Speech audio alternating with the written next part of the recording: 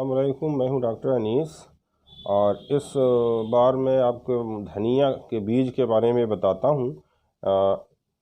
ये पौधा धनिया का बीज होता है। इसकी माहियत ये है और मिजाज इसका सर्द खुश्क है और ज़्यादातर एक्सटर्नल इंटरनल दोनों तरह से इसका इस्तेमाल होता है। पत्ती का इस्तेमाल एक्सटर्नल ज़्यादा होता है और बीज का इस्तेमाल इंटरनली ज़्यादा होता है।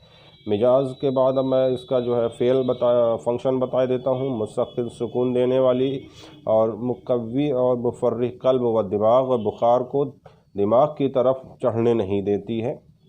मैदे के लिए मुकव्वी है। ये मैदा यानी आमाशय, इसको आम बोलचाल की भाषा में पेट कहते हैं और कासिर रिया है और हल्की काबिज़ भी है।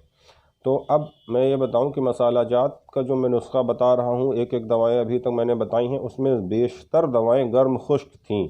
इसीलिए मसाला में धनिया मिलाई जाती है क्योंकि धनिया सर्द खुश्क होती है और मसाला जात चूँकि जो ज़्यादा गर्म हो गए हैं, सभी गर्म हो गए हैं, तो उनकी इस गर्म वाली तासीर को कम करने के लिए, उसके हिद्दत को तोड़ने के लिए धनिया मसाला जात में इस्तेमाल कराई जाती है।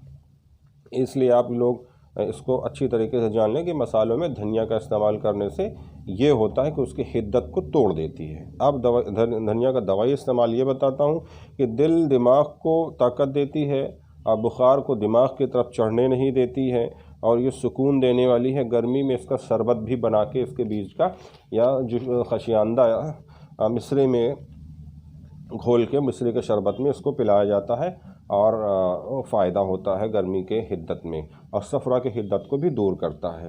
अच्छा, भुना हुआ धनिया ज़्यादा फ़ायदा करेगा। अब आखिर में ये बताता चलूँ कि धनिया का बीज या धनिया के पत्ती दोनों मर्दाना ताकत को कम करती है। यानी कोई हाइपर सेक्सुअल मेल है और उसको कंट्रोल करना चाहता है कि भाई हम इतना ज़्यादा वो नहीं कर पा रहे हैं और दिक्कत हो रही है, तो उनको चाहिए कि धनिया का शरबत पिए तो उनकी हाइपर सेक्सुअलिटी कम हो जाएगी। अच्छा, अब धनिया के मुरक्कब जान लें। धनिया के मुरक्कब में 2-3 हैं, वो बड़े मशहूर हैं। इत्रिफल किशनीज़ी, इत्रिफल ज़मानी, खमीरा गाऊ ज़बान और तिरियाक नज़ला।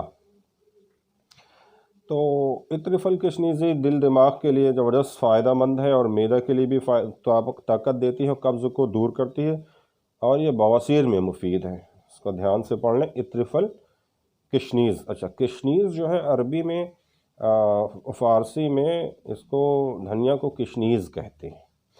अब बताता हूँ आपको इत्रिफल ज़मानी। इत्रिफल ज़मानी भी जुमला इसी तरह की बीमारियों में काम आता है, लेकिन कब्ज़ को दूर करता है और इसकी ख़ासियत यह है कि आंतों के अंदर जो ख़राब मादा इकट्ठा हो जाता है उसको आंतों से निकाल देता है। इस तरह से आंतों को ये पाक साफ़ करता है। दिमाग की बीमारी जैसे नज़ला, ज़ुकाम, सर दर्द, पुराना सर दर्द और ये सारी चीज़ें जो गर्मी की वजह से होंगी उनमें काम करेगा, सर्दी में ये काम नहीं करेगा। और कोलाइटिस, दर्द कोलंज में भी इत्रिफल ज़मानी फ़ायदा करता है। और तिरियाक नज़ला तो मालूम ही है, तिरियाक है और वो नज़ला में काम करेगा। इस तरह से गर्मी की वजह से सर की जो बीमारी है, नाक की बीमारी है, आँख की बीमारी है, तो उसमें धनिया का ज़बरदस्त फ़ायदा उठाया जा सकता है। खड़ा धनिया यानी कि बीज का भी और पत्ता धनिया का यानी उसके पत्ते का भी, लेकिन उसको मीठा करके इस्तेमाल करा जाएगा। इंशाअल्लाह इसका फ़ायदा उठाएं और दूसरों को भी बताएं। और आखिर में यही बात कि हमारे चैनल को सब्सक्राइब करें और जो हमसे कमियां हो जा रही हैं उसको कमेंट बॉक्स में बताएं ताकि हम उन कमियों को दूर कर सकें। अस्सलाम वालेकुम, खुश रहें, अपना ध्यान रखें।